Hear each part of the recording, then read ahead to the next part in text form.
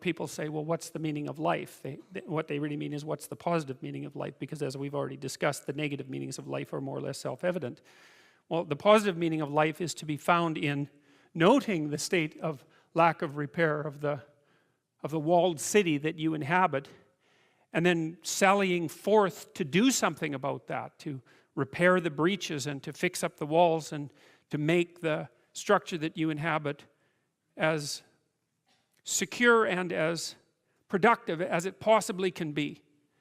And there's no shortage of opportunities to do that. You can do that in your own mind, you can do that in your own room, you can do that in your own household, in your local community.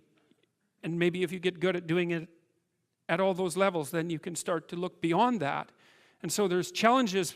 That's the thing that's kind of interesting about this insufficient structure, is that it has a set of challenges built into it because of its insufficiency, and perhaps even because of its corrupt nature, that calls forth the potential response from you of heroic adventure. And the heroic adventure is to man the barricades and repair the city. And you can always do that. It doesn't matter what your personal circumstances are. There's always something that isn't right near you, isn't correct, isn't laid out properly, that you could just fix if you wanted to. And one of the things that we're going to talk about tonight is the idea that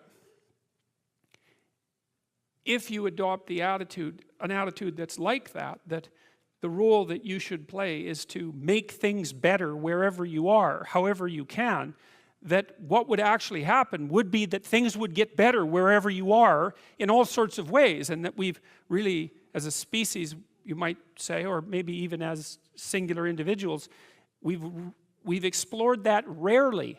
It isn't something that's put forth as a proposition that often, and it's quite surprising to me. And I had an interesting experience the other day. I went to the keg.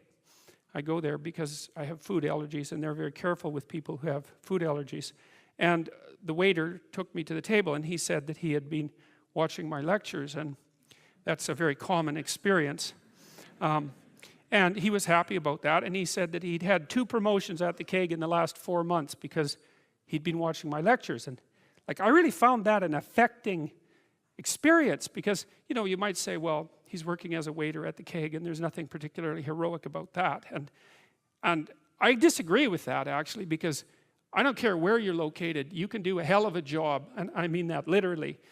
At whatever job you have, you can take whatever job you have and you can make it a real nice little piece of absolute misery.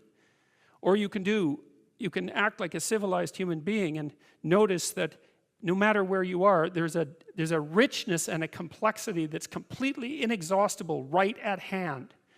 And then you can take that seriously, and you can say, well, I happen to be a waiter at the keg, and perhaps that's not what I expected, and he's a young guy, and perhaps that isn't where I want to end up, but it's not nothing. It's a rich environment, and I can make it a lot better if I want to. I can get along properly with my coworkers and not gossip behind their back, and I can treat my customers properly, and if an opportunity comes my way, I can take it, and I can see what happens.